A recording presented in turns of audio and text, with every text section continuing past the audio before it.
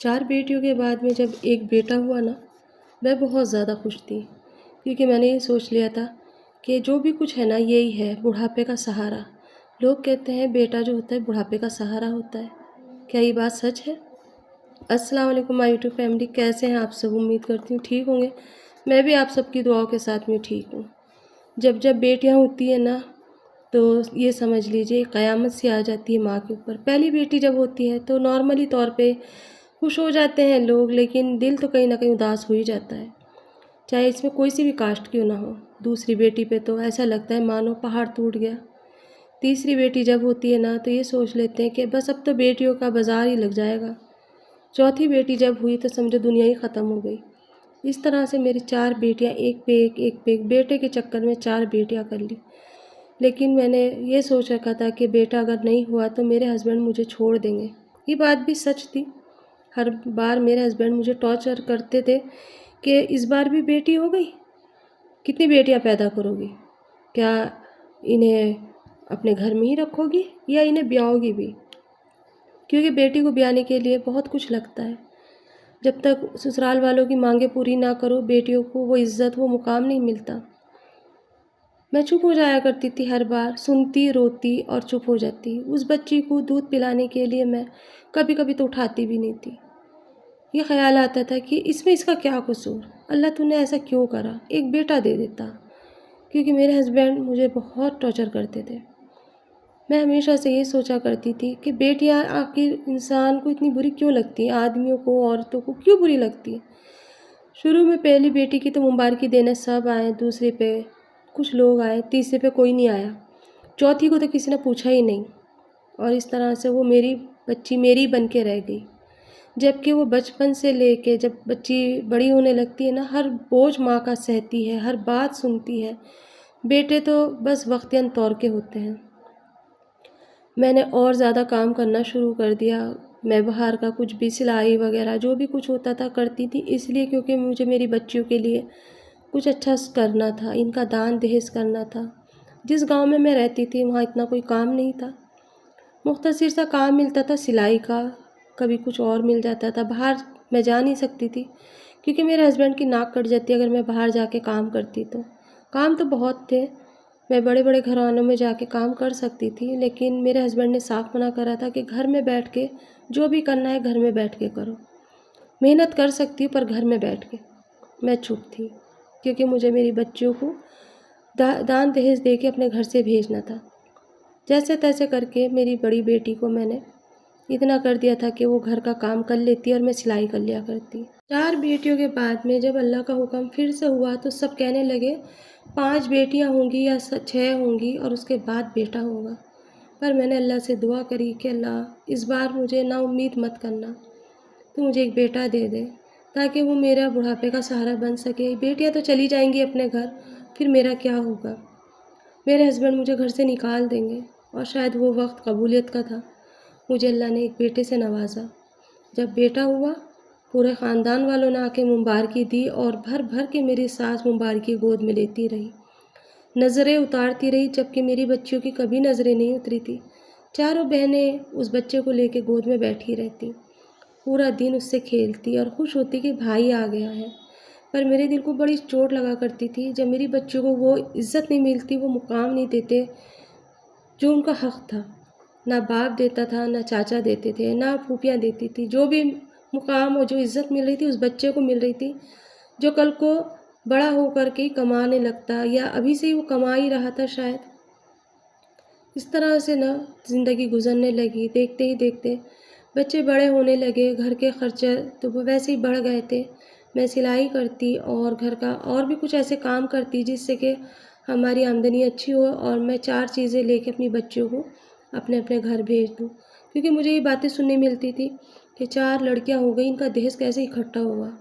लेकिन इनकी किस्मत अल्लाह ताला जब खुद लिखता है ना, तो इनका इंतज़ाम भी खुद ही करके दे देता है। वो बस ये नहीं समझ में आता कि हम सिर्फ़ एक ज़रिया बनते हैं, लेकिन बेटियाँ जो होती हैं ना, बोझ कभी नहीं होती। आज मुझे उस दिन का एहसास होता है, काश 5वीं भी बेटी हो जाती। लेकिन ये दिन देखना ना पड़ता, ये वक्त झेलना ना पड़ता। एक एक करके सब लड़कियों की शादियां हो गई, सब अपने अपने घर रुखसत हो गई। और मैं देखती रह गई बेटे के साथ घर में अकेली।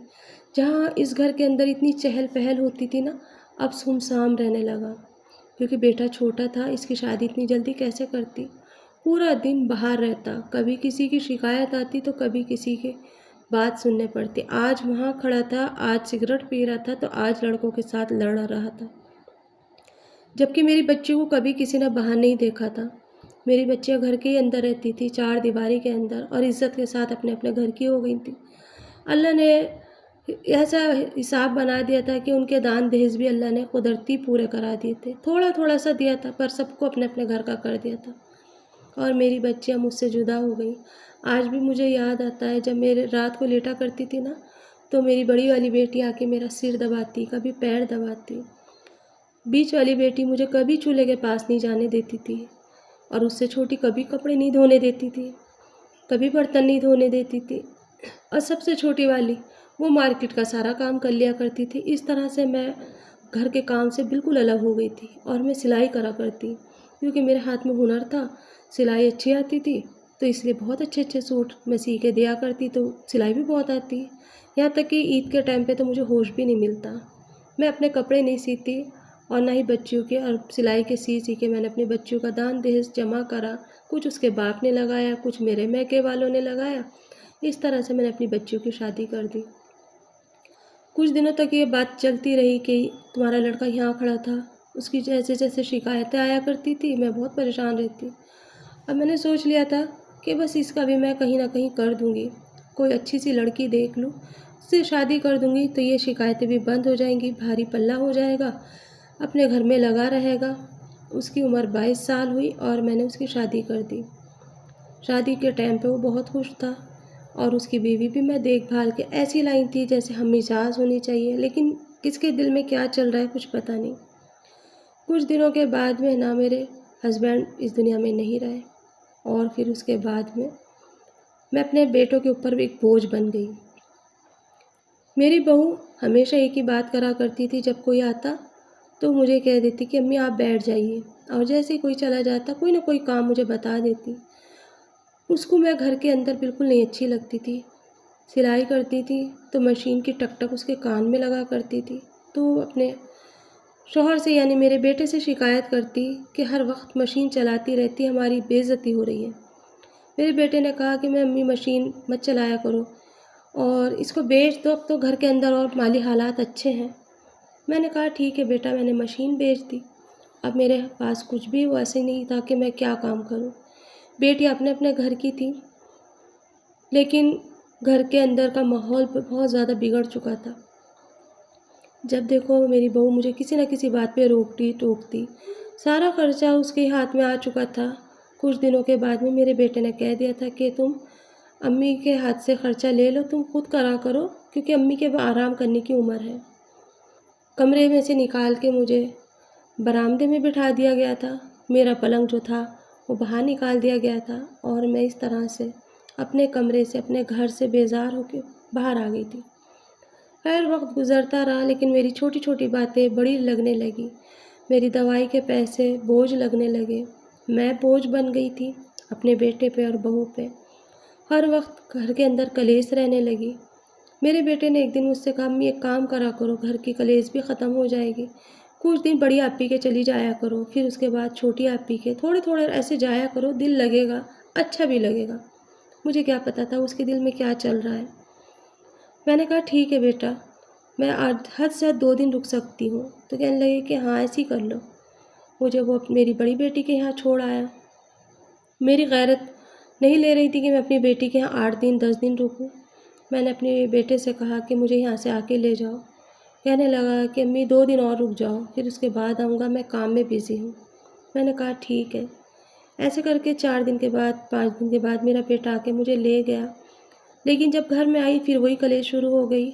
दूध इतना खर्चा करती हो, बर्तन नहीं धोती हो, हर छोटी छोटी बात बहुत बड़ी बनने लगी। मैं चुप रह के सहने लगी, क्योंकि मुझे शुरू से ही चुप रहने की आदत थी। बहू के सामने अगर ज़रा सी भी बात कहती तो वो शोर मचा दिया करती थी। अब तो पोती पोता हो गए थे, तो खर्चे भी बढ़ गए थे। मेरे खर्चे मेरे बेटे को बोझ लगने लगे थे। एक माँ बोझ बन के रह गई थी। इसके आगे की कहानी कल को बताऊंगी आपको मैं।